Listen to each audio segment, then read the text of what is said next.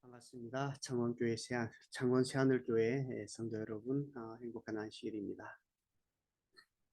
지난 화요일 처음으로 스마트폰으로 녹화를 해서 유튜브에 올려드렸었는데요.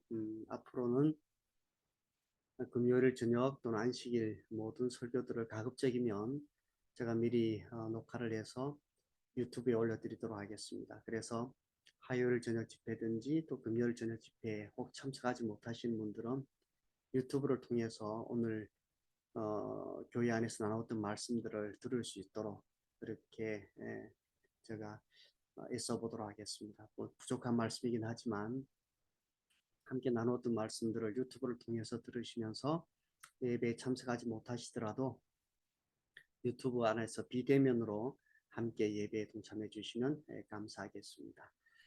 제가 주중에 마이크는 준비했는데요. 웹캠을 준비하지 못해서 오늘 그 PPT로 해서 좀 말씀을 나누려고 하는데 제 얼굴은 없지만 목소리만으로 또 PPT를 통해서 오늘 함께 나누는 말씀 속에서 은혜들을 찾아가는 시간 되었으면 좋겠습니다. 지금 보시는 그 사진은 지난주 수요일입니다. 수요일에 칠서에 살고 계시는 배도원 집사님 댁을 방문했었습니다. 오랫동안 교회 안에서 뵙지 못했기 때문에 많은 분들이 안부를 궁금해하실 것 같아서 우리가 신방을 끝내고 사진을 촬영했었고요. 보시는 것처럼 두 분이 아주 건강하게 또 행복하게 잘 살고 계십니다. 나중에라도 꼭 기억이 나시면 전화를 걸어서 안부를 물어주시고 또 성도의 교제를 함께 나누셨으면 좋겠습니다. 지금 한국 사회에 굉장히 크게 이슈가 되고 있는 한 부분이 있습니다. 그것이 뭔가 하게 되면 넷플릭스 다큐멘터리 시리즈 나는 신이다라는 다큐멘터리 시리즈가 지금 한국 사회에 굉장히 큰 이슈가 되고 있습니다. 여기에는 오대양이라든지 아가동산이라든지 또 만민중앙교회라든지 그리고 기독교 복음선교회 JMS 또 정명석과 관련되어진 내용들을 다루고 있습니다.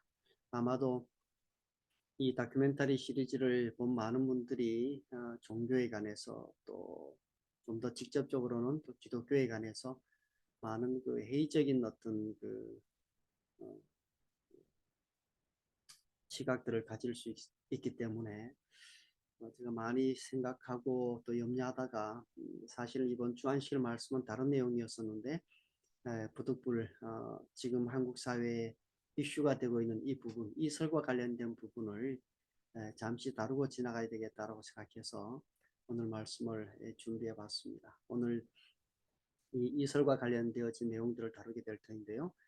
기독교 역사 가운데 어떤 이설과 관련되어진 내용들, 그 다음에 우리가 이설을 접했었을 적에 어떻게 우리의 믿음을 굳게 지킬 수 있는지와 관련된 부분들, 이런 부분들을 함께 다뤄보려고 합니다. 먼저 초대교회와 관련된 내용들을 한번 생각해 보겠습니다. 초대교회의 이슈는 무엇이었을까요? 이렇게 제가 질문을 던졌는데요. 사실은 우리가 알고 있는 것처럼 초대교회는 예수님께서 부활 승천하시고 난 다음에 예수님의 12사도들이 활동하던 그러한 시대였습니다. 그래서 우리가 일반적으로는 초대교회 또는 사도교회라고 이렇게 이야기하고 이 초대교회 또는 사도교회는 기독교 역사 가운데 있어서 가장 모델적인, 그죠? 가장 닮고 싶은 교회 시대가 초대교회 또는 사도 교회 시대입니다. 그런데 초대교회에 아주 큰 이슈가 되는 한 사건이 있는데 그것이 뭔가 하게 되면 유다서 3절에 사랑하는 자들아 우리가 성도에게 단번에 주신 믿음의 도를 위하여 힘써 싸우라는 편지로 너희를 건하여야 할 필요를 느꼈노니 이는 가만히 들어온 몇 사람이 있습니다. 그들은 우리 하나님의 은혜를 도리어 방탕한 것으로 바꾸고 홀로 하나이신 주제 곧 우리 주 예수 그리스도를 부인하는 자니라. 참 이상한 말씀이죠. 사랑하는 자들아 우리가 성도에게 단번에 주신 믿음의 도를 위하여 힘써 싸우라는 편지로 여러분들을 건해야 될 필요를 우리가 느꼈습니다. 왜냐하면 우리 가운데 이미 가만히 들어온 거짓 교사 또는 거짓 선지자, 그죠? 들이 있기 때문입니다. 그들은 들어와서 우리에게 이설을 가르쳐 주는데 그 이설이 뭔가 하게 되면 홀로 하나이신 주제 곧 우리 주 예수 그리스도를 부인하는 자니라. 예수 그리스도를 부인하는 이설들을 가르치기 시작했습니다. 이것은 유다서의 기록뿐만 아니고요. 요한일서에도 가게 되면 지금도 많은 적그리스도가 일어났나니라고 그러죠. 그 다음에 요한이서 7절에 오게 되면 미혹하는 자가 세상에 많이 나왔나니 그러죠. 이미 초대교회에도 많은 적그리스도 그 다음에 미혹하는 자가 세상에 많이 나왔나니라는 이런 말씀들을 통해서 보게 되면 초대교회 최대 이슈가 뭔가 하게 되면 적그리스도와 관련된 것이고 미혹하는 자와 관련된 것입니다. 그죠? 가만히 들어온 자들과 관련된 것입니다. 이들이 적그리스도가 들어와서 또는 미혹하는 자들이 들어와서 또는 가만히 들어온 이들이 들어와서 하는 일이 뭔가 하게 되면 이설, 다를 잊자 가르칠 다른 가르침을 교회 안에서 가르치기 시작했습니다. 그래서 교회는 이런 다른 가르침인 이설로 인해서 굉장히 큰 어떤 어려움들을 겪었던 것 같아요. 그러니까 유다서라든지 그다음에 사도 요한의 기록이라든지 여러 많은 기록들을 통해서 보게 되면 이미 초대교회 당시에 사도시대 사도들이 살아서 활동하던 그 시대에도 이미 이설들이 교회 안에 들어와서 교회를 어지럽히고 많은 이들이 그 이설에 미혹되어져서 믿음을 떠나게 되는 그런 경우들이 있었습니다. 그러니까 이 이설과 관련된 부분은 지금 오늘의 문제가 아니고요. 사도교회 시대로부터 시작해서 그 다음에 기독교 시대의 모든 시대들 속에는 언제나 늘 무엇이 있어 왔었을까요? 이설들이 있어 왔었고 그 이설들의 미혹되는 또 많은 그리스도인들도 있어서 그들이 믿음에서 떠나는 일들이 있어 왔던 것을 보게 됩니다. 이런 이설, 그 하나님의 말씀과는 다른 어떤 가르침이 어디서 시작되었을까요? 제가 이런 질문을 던져보게 되었는데요. 여러분 한번 생각해 보시죠. 이설의 역사가 어떻게 될까?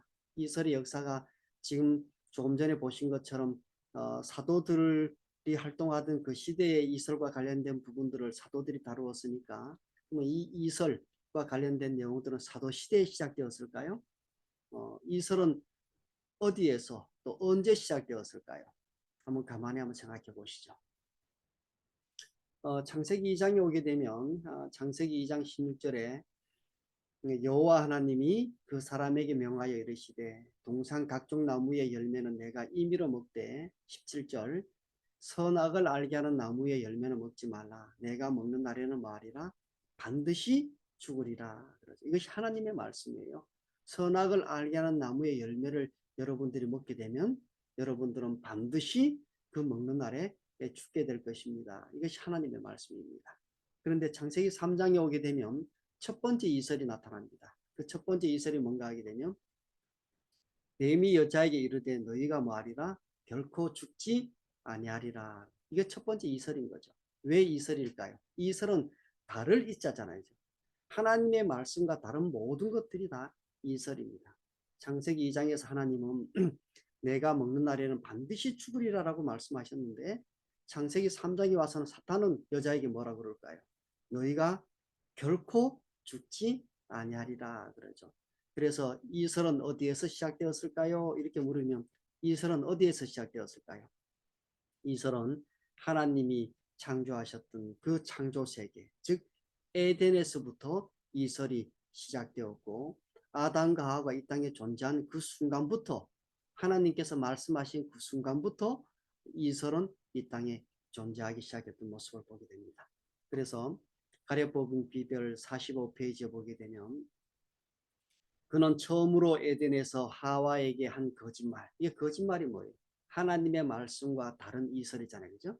처음으로 에덴에서 하와에게 한 이설, 즉 영혼의 본성적인 불멸을 반복하였다. 그렇죠? 그래서 이 기독교 역사 가운데 또는 인류의 역사 가운데 가장 큰 이설은 뭔가 하게 되면 영혼의 불멸입니다. 영혼 불멸설이란 이 가르침은 하나님께서는 반드시 죽으리라라고 말씀하셨는데 사탄은 뭐라? 결코 죽지 아니하리라. 라고 얘기하잖아요. 그죠? 그래서 이 영혼 불멸은 인간이 창조된 이래로부터 시작해서 지금까지 이르러는 가장 큰 사탄이 한 이설 가운데 다른 하나님의 말씀과 다른 가르침 가운데 하나가 영혼 불멸설입니다. 그래서 증언보감 읽은 119페이지에도 보게 되면 이것이 강신술의 기초이다. 하나님의 말씀 어디서도 사람의 영혼이 불멸이라고 가르치지 않는다. 성경에서는 어디에도 사람의 영혼이 불멸이라고 가르치지 않습니다. 불멸은 누구의 속성일까요? 불멸은 하나님만의 속성입니다. 그래서 디모데전서 6장 16절에 이렇게 말씀하셨죠. 오직 그에게만 죽지 아니함이 있고 그렇죠. 불멸은 하나님의 속성입니다. 근데 사탄이 뭐라고 그럴까요? 결코 죽지 아니하리라. 너도 하나님과 같은 존재야. 몸은 죽어도 영혼은 살아있어. 우리는 영원히 사는 존재야. 이렇게 자꾸 속이는 거잖아요. 그죠? 그렇지 않습니다. 불멸은 사람이 아니라 하나님의 속성입니다. 이것이 불멸, 영혼의 불멸이란 이 가르침은 사탄이 이 땅에 가져온 최초의 이설이고 그 이설이 지금까지도 6천년의 역사를 통해서 기독교 역사 가운데 하나님의 역사 가운데 기독교 역사 가운데 가장 큰 많은 이들을 유혹했던 가르침 가운데 이설 가운데 하나입니다. 저는 여기서 이제 또 한 가지 내용들을 살펴보고 싶은데요. 이설은 에덴 동산에서부터 시작하였습니다. 그죠? 에덴 동산에서 인류의 역사가 시작되는 그 순간부터 사탄은 하나님의 말씀과는 다른 어떤 가르침들을 인류들에게 가르쳐오기 시작했고 그 첫 번째 이설이 뭔가 하게 되면 그것이 영혼의 불멸이다라고 말씀을 드렸습니다. 그리고 요한계시록에 오게 되면 사도 요한은 그의 계시록을 기록하면서 기독교 역사 속에서 이설들이 그치지 않는 이유와 관련되어져서 그리고 이 이설들이 그리스도인들에게 미치는 아주 치명적인 영향력과 관련된 내용을 다루고 있습니다. 그 내용이 계시록 8장에 있는 말씀인데요. 이 말씀을 우리가 잘 이해할 수 있으면 좋겠습니다. 제가 좀 더 시간을 들여서 계시록 8장 10절과 11절에 있는 내용을 차근차근 한번 살펴보려고 합니다. 10절에 있는 말씀을 먼저 보죠. 셋째 천사가 나팔을 부니 횃불같이 타는 큰 별이 하늘에서 떨어져 강들의 3분의 1과 여러 물샘에 떨어지니 이 별 이름은 쓴쑥이라. 물의 3분의 1이 쓴쑥이 되매 그 물이 쓴물이 되므로 많은 사람이 죽더라 라고 이렇게 예언하고 있습니다. 그죠? 요한계시록은 앞으로의 기독교 역사 가운데 어떤 일들이 있을지를 지금 미리 보여주는 것인데 여기에 보게 되면 횃불같이 타는 큰 별이 등장합니다. 그 다음에 하늘에서 떨어져서 강들의 3분의 1과 여러 물샘에 이 횃불같이 타는 큰 별이 떨어집니다. 그런데 이 별의 이름이 쓴쑥이잖아요. 그죠? 그래서 이 쓴쑥이라고 이름 단 이 큰 별이 물샘에 떨어지고 강들의 3분의 1에 떨어지니까 그 물이 쓴물이 되어서 그 물을 먹는 사람들이 마시는 사람들이 어떻게 됐을까요? 많이 죽은 것입니다. 이걸 일컬어서 뭐라고 그래요? 물이 오염된 물이잖아요. 그죠? 오염된 물을 먹으면 수인성 질병에 걸려서 건강을 잃든지 또는 죽음에 이르는 것처럼 그런 결과들이 이르러 오게 될 것이다 라고 지금 계시록 8장 10절과 11절에서 이야기하고 있습니다. 그렇다면 여기서 횃불같이 타는 큰 별은 누구를 이야기할까요? 여러분 횃불같이 타는 큰 별은 계시록 12장에 있는 말씀을 보게 되면 그 꼬리가 하늘 별의 3분의 1을 끌어다가 땅에 던지더라 라고 그러죠.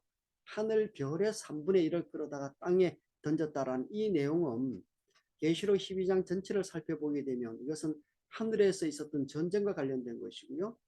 하늘에 있었던 3분의 1의 천사들이 땅으로 내어 쫓긴 사건을 이야기하고 있습니다. 그래서 이 말씀과 함께 생각해 볼 수 있는 말씀이 어디 있는가 하게 되면 욥기 38장에 있습니다. 욥기 38장 4절, 5절, 6절에 있는 말씀을 보게 되면 하나님께서 이렇게 말씀하십니다. 내가 땅에 기초를 놓을 때에 내가 어디 있었느냐 이렇게 얘기하죠.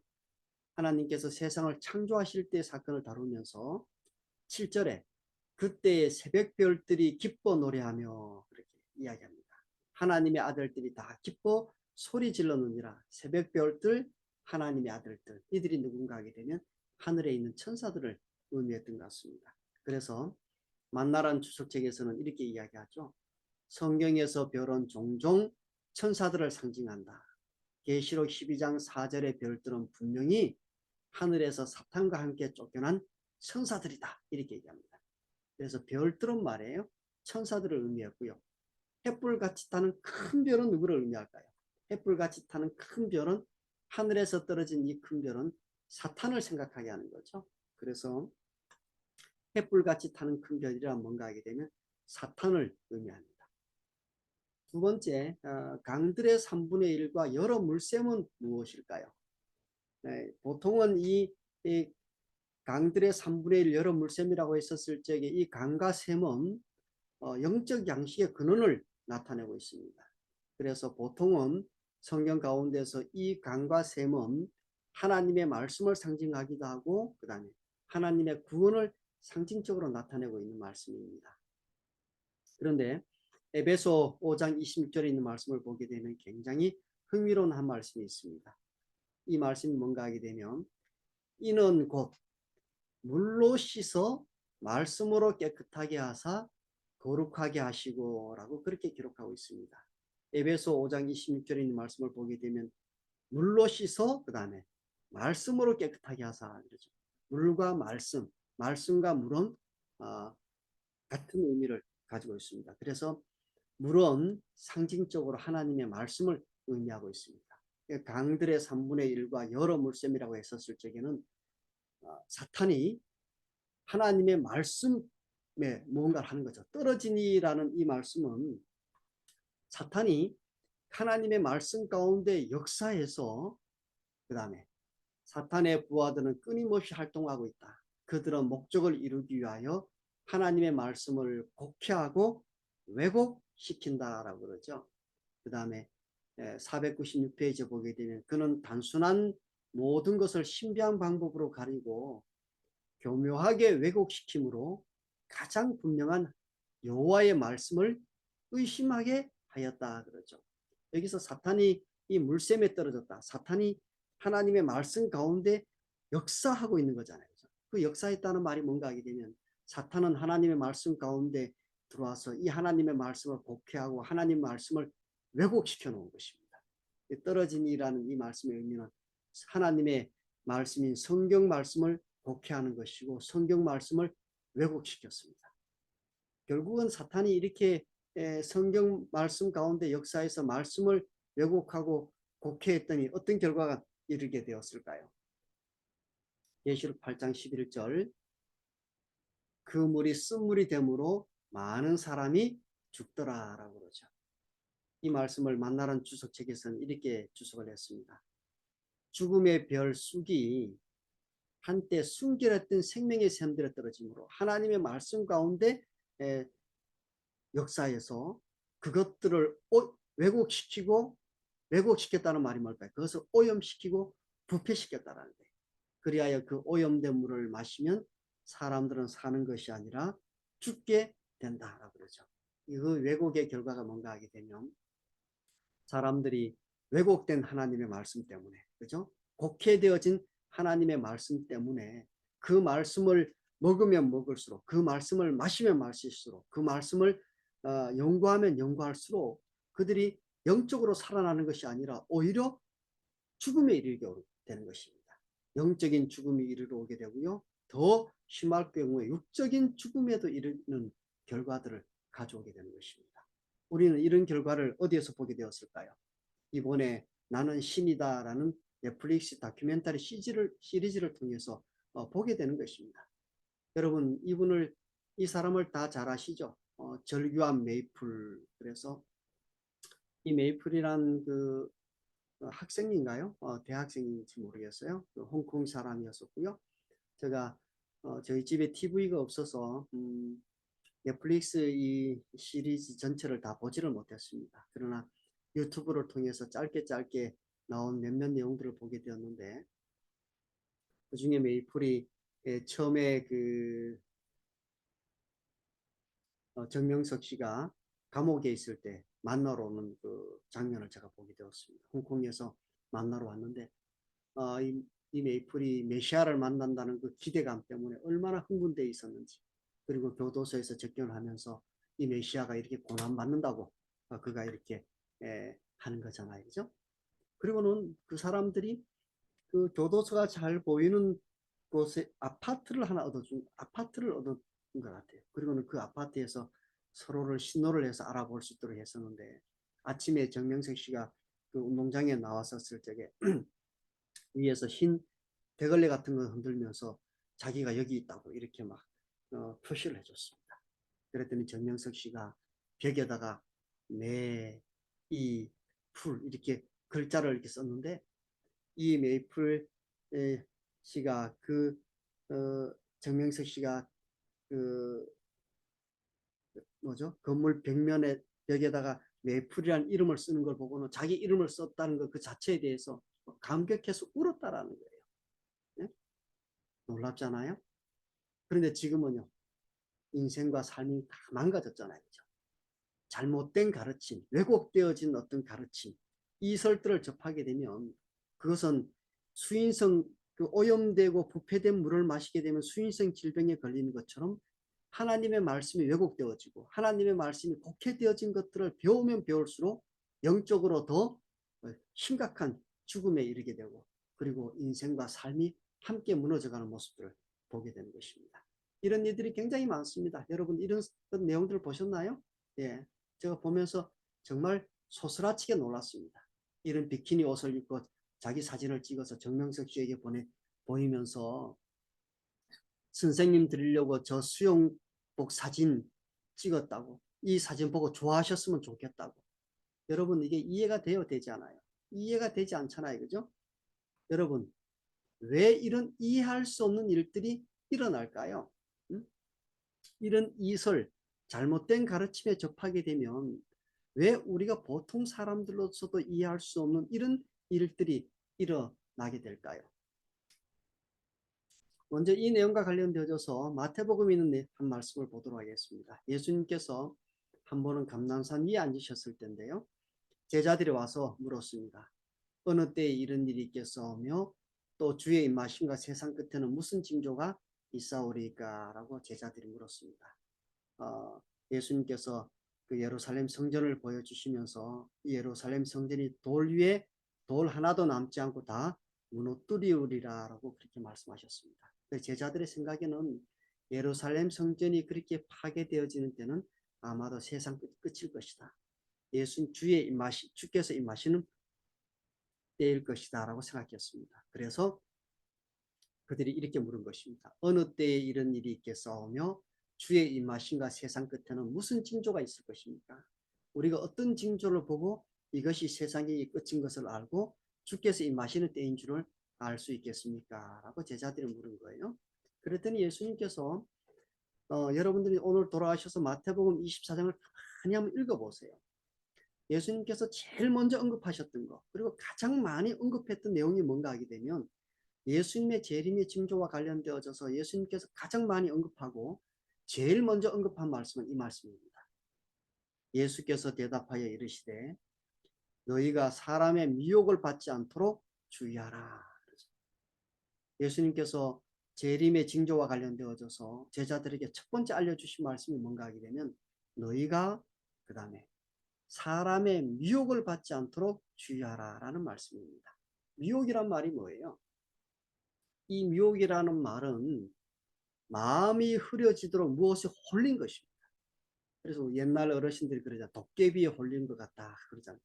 사람이 하지 못할 일을 하고 이런 일들을 하게 되면 내가 그때 홀린 것 같아 그러잖아요. 이게 미혹은 무엇이 홀린 상태를 의미합니다. 마음이 흐려지고 무엇이 홀린 거예요. 그 다음에 정신이 헷갈려서 갈팡질팡하는 것입니다.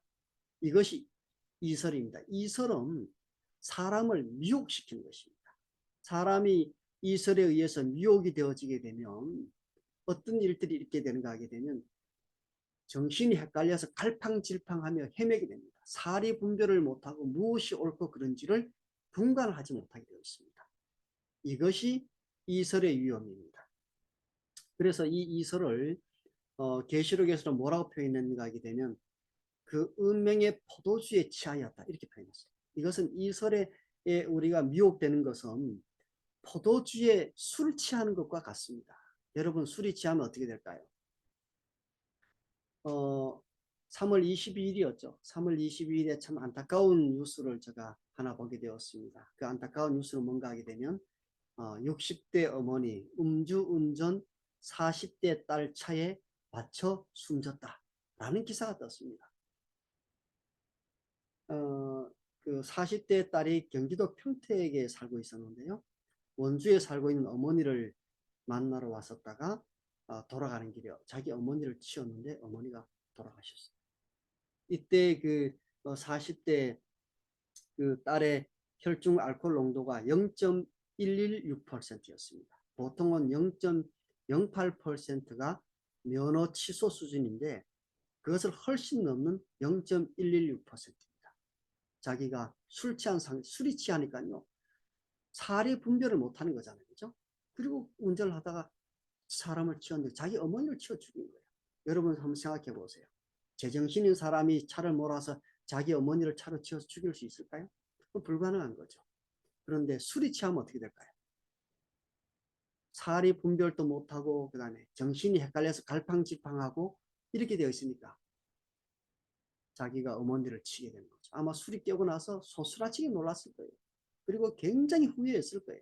내가 왜 술을 마셔서 이 큰 사단을 만들었는지. 그죠? 평생 그 아픔을 안고 살아가게 될 거예요. 술에 취하면 이성이 마비되어지는 것입니다. 이설의 위험은 뭔가 하게 되면 이설은 사람의 마음을 미혹해서 이성을 마비시키고 무엇이 옳고 그른지를 분별하지 못하게 해서 결국은 영적인 죽음에 이르게 하고 육적으로도 큰 문제를 일으키게 되는 것. 이것이 이설의 위험입니다. 그러면 우리가 어떻게 이 이설의 미혹으로부터 미혹당하지 않고 우리의 믿음을 잘 지켜나갈 수 있을까요? 어떻게 우리가 이설의 미혹으로도 우리의 믿음을 지킬 수 있을까? 이 문제는 어쩌면 굉장히 단순한 문제일 수도 있습니다. 성경은 우리가 어떻게 이설의 미혹으로부터 우리 자신을 지켜서 건전한, 그죠? 바른 믿음을 가지고 바른 믿음의 삶을 살아갈 수 있는지를 이렇게 소개하고 있습니다. 이사야 8장에 있는 말씀인데요. 어떤 사람이 너희에게 말하기를 주절거리며 속살거리는 신접한 자와 마술사에게 물으라 하거든. 그러죠. 그러더니 20절에 굉장히 중요한 말씀이 있습니다. 마땅히 율법과 증거의 말씀을 따를지니 그들이 말하는 바가 이 말씀에 맞지 아니하면 그들이 정녕 아침빛을 보지 못하고 그러죠. 우리가 어떤 이설들, 어떤 가르침들이 우리에게 이르러 올 때 그 모든 가르침들을 어디에 비춰봐야 될까요? 그들의 말하는 바를, 그들이 가르치는 바를 하나님의 말씀, 증거의 말씀에 비춰보라는 거예요. 그리고 그 증거의 말씀에 비춰봐서 그들의 가르침이 이 증거의 말씀, 하나님의 말씀과 맞지 아니하면 그들이 정녕 아침빛을 보지 못하고 그 모든 것들은 다 이설입니다. 그 이설은 결국은 우리를 미혹해서 우리로 하여금 이성을 마비시키고 그 다음에 영적인 죽음에 이르게 할 수 있다는 거예요. 그래서 우리가 어떤 가르침이든지 간에 그 모든 가르침들은 어디에? 마땅히 율법과 증거의 말씀을 따를지니 그들이 말하는 바가 이 말씀에 맞지 아니하면 말씀에 비춰보는 것입니다. 그래서 증언보감 상권 277페이지에 이렇게 기록했습니다. 그리스도께서 언급하신 적이 없고 성경에 아무 근거가 없는 이론들이나 시험거리들을 제시하지 말라. 성경에 근거가 없는 이론, 이게 뭘까요? 이게 이설들입니다. 이런 이설들을 제시하지 말라. 우리는 전해야 할 장엄한 진리를 소유하고 있다. 기록하였으되라는 말씀은 모든 사람들의 마음에 전달되어야 할 시금석이다. 그렇죠. 성경은 모든 사람들의 마음에 전달되어야 할 시금석입니다. 여러분 시금석이 뭔 줄 아시죠? 이 시금석은 지금 보시는 것처럼 검은색의 현무암이나 규질의 암석입니다. 이걸 만든 다음에 금이나 은 조각을 이 돌의 표면에 문질러서 나타난 흔적의 빛깔과 표본의 금빛깔을 비교해서 순도를 시험하는 것입니다. 그래서 이것이 얼마나 그 순금에 가까운지 아닌지, 이게 참금인지 아닌지는 이 시금석에 문질러 보게 되면 알 수 있습니다. 문질러 보면 알 수 있는 것이 시금석인 것처럼 어떤 가르침이든지 간에 이 모든 가르침들은 하나님의 말씀에 문질러 봐야 됩니다. 하나님의 말씀에 비춰봐야 됩니다. 그리고 그 말씀에 맞지 아니하면 그 모든 것들은 다 이설입니다. 제가 어떤 사이트에 들어갔더니 이런 내용들이 있더라고요. 여러분 이런 이야기를 들어보았을 겁니다. 위폐감별사들의 훈련에 대해서. 위조 지폐를 감별하는 그들은 훈련을 할 때 진짜 지폐만을 본다고 합니다. 진짜 지폐를 확실하게 알기 위한 훈련. 진폐를 정확하게 알면 그것에서 조금만 차이가 나도 위폐임을 알 수 있기 때문입니다. 마찬가지라는 거예요. 우리가 먼저 그리고 정확하게 알아야 할 것은 하나님의 말씀입니다. 하나님의 말씀을 정확하게 알도록 힘써야 하는 거예요. 그러면 분별이 가능합니다. 여러분 지금 우리에게 시간이 있을 때 가르침의 시금석인 하나님의 말씀을 정확하게 배우셔야 됩니다. 모든 운동에도 기초가 중요한 것처럼 신앙에 있어서도 기초가 중요한 것입니다. 하나님의 말씀이라는 그 기초를 잘 다져놓게 되면 어떤 이설들이 와도 우리는 그 기초에 비춰 하나님의 말씀에 비춰봐서 그것이 옳고 그른지를 분별할 수 있기 때문에 우리의 영적인 생명을 지켜나갈 수가 있습니다. 그래서 지금 우리에게 필요한 것은 뭘까요? 개정투 593페이지. 하나님의 백성들은 성경을 거짓 교사의 영향과 암흑의 영들의 기만적인 능력을 대항하는 그들의 방어책으로 삼도록 가르침을 받았다. 우리가 어떤 이설들이 이르러 온다 할지라도 하나님의 말씀만 잘 이해하고 있으면, 알고 있으면 어떤 기만적인 영향력들과 관련되어진 거짓 교사들의 영향력과 또는 악한 영들의 기만적인 능력들을 우리가 능히 대항할 수 있다는 것입니다. 이걸 사탄도 알고 있겠죠. 그러나 사탄은 온갖 계책을 다 써서 사람들이 성경 지식을 얻지 못하도록 방해한다. 왜냐하면 성경에 분명한 말씀이 사탄의 속임수를 폭로해 주기 때문이다. 여러분 사탄은 끊임없이 우리로 하여금 성경 지식을 얻지 못하도록 우리를 방해하고 있습니다. 왜냐하면 이렇게 성경 지식을 얻지 못해야만 뭐할 때 이설을 통해서 그들을 미혹할 수 있기 때문에 그렇습니다. 우리가 지금 시간이 있을 때 하나님의 말씀을 깊이 연구하는, 그래서 우리의 신앙의 기초를 다지는 성도님들이 되셨으면 좋겠습니다. 시대수망 80페이지 성경을 더욱더 부지런히 연구하라. 이것이 우리에게 주시는 권면입니다. 이런 하나님의 말씀을 부지런히 연구해서 우리의 신앙의 기초를 잘 다져서 어떤 이설에서도 무너지지 않는 그런 믿음의 삶 살아가는 성도님들 되셨으면 정말 좋겠습니다. 두 번째, 우리가 어떻게 이설의 미혹으로부터 우리를 지킬 수 있을까요? 이 사탄과 거짓 선지자가 가장 잘하는 일이 뭔가 하게 되면 거짓 선지자들을 삼가라, 조심하라 이런 뜻이에요. 그죠?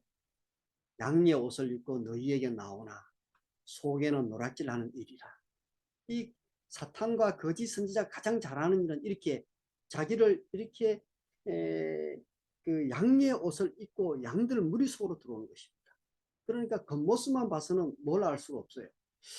이게 양인지 늑대인지를 알 수가 없는 거예요. 속에는 노략질하는 일인데 양의 옷을 입고 오니까 보기는 어때요? 선하게 생겼습니다.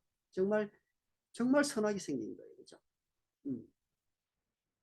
고린도후서에도 보게 되면 11장 14절에 이것은 이상한 일이 아니라 사탄도 자기를 강명의 천사로 가장하나니 그러므로 사탄의 일꾼들도 자기를 의의 일꾼으로 가장하는 것이 또한 대단한 일이 아니니라.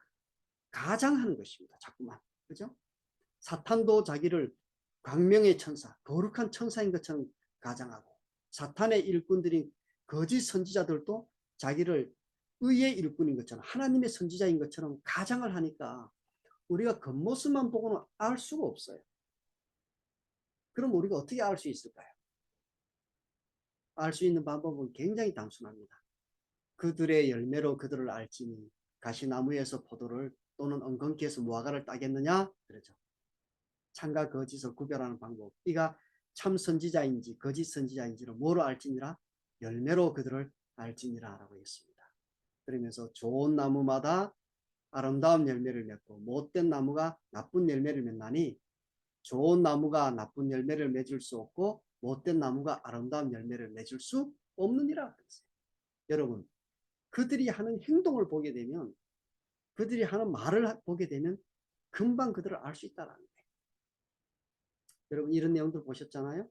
가슴 한번 딱 만지면 이 선생님이 너의 믿음이 어떤지를 보기 위해서 너 가슴 만질 거야, 이렇게 얘기하는 거예요. 여러분, 이런 일은 딱 보면 어때요? 아, 이거는 열매래. 그들의 행동을 보게 되면 금방 이가 거짓 선지자인지 참 선지자인지 알아야 될 거 아니에요?